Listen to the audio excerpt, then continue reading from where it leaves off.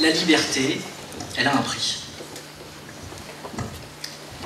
Le premier de ces prix, c'est que plus vous avez des racines et un ancrage,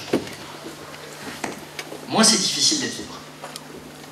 Ce qui m'inquiète, je vous le dis, sur une loi comme celle qui va arriver sur le non-cumul des mandats, que quand vous aurez des gens qui ne dépendront plus que de l'investiture de leur parti politique parce qu'ils n'ont pas d'ancrage local, le niveau de liberté de chacun, qui est déjà pas toujours extraordinaire sur un certain nombre de votes, risque de globalement diminuer parce que les opinions dissidentes, pour les exprimer, il faut se dire ou il faut savoir que derrière, vous êtes prêt à en supporter les conséquences et c'est plus facile en supporter les conséquences quand vous avez moins peur de ce que seront ces conséquences. Moi j'ai un vrai problème.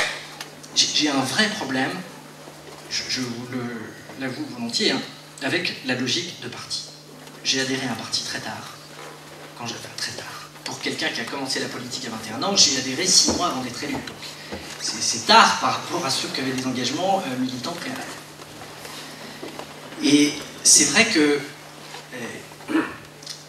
j'ai parfois, c'est pas parfois, je considère qu'il y a un devoir de solidarité à l'intérieur d'une famille, et que ce devoir de solidarité s'arrête là où commencent des convictions inébranlables. Donc, depuis plusieurs mois, j'ai émis un certain nombre de votes dissidents contre ma famille et parfois, malgré des pressions plus ou moins habiles.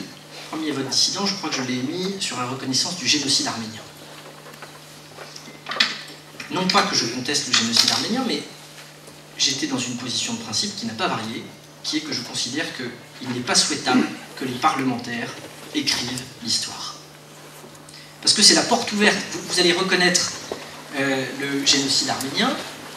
Dans 6 mois, ou dans 1 an, ou dans 2 ans, si on nous demande de reconnaître telle ou telle chose, on met potentiellement le doigt dans un engrenage qui ensuite consiste à accepter de réécrire l'histoire a posteriori.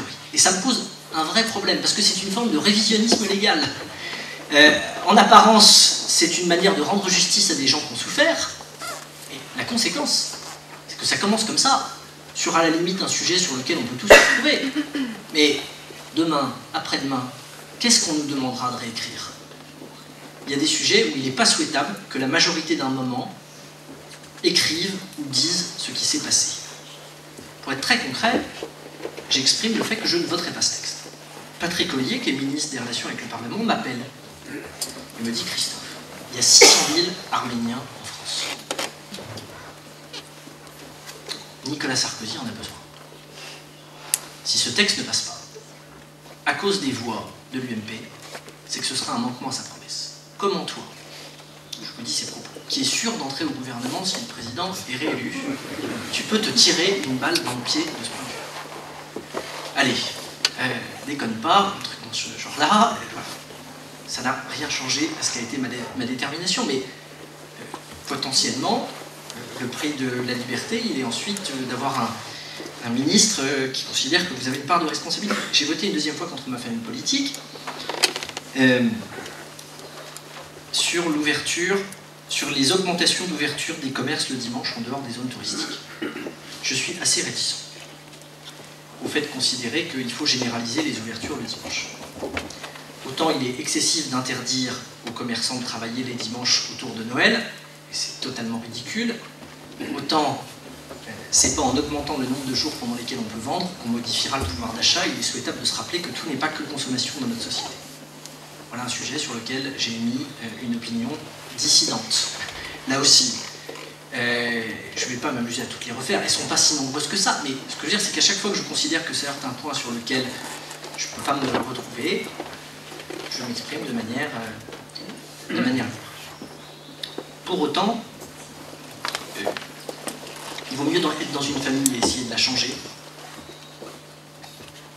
que d'être dans une sorte de splendide isolement en considérant qu'on a raison tout seul. Et je préfère essayer de faire bouger les choses à l'intérieur. Une liberté totale dès lors que ça touche à des convictions, mais une solidarité parce que pour faire bouger les choses, il faut accepter de faire partie d'un groupe.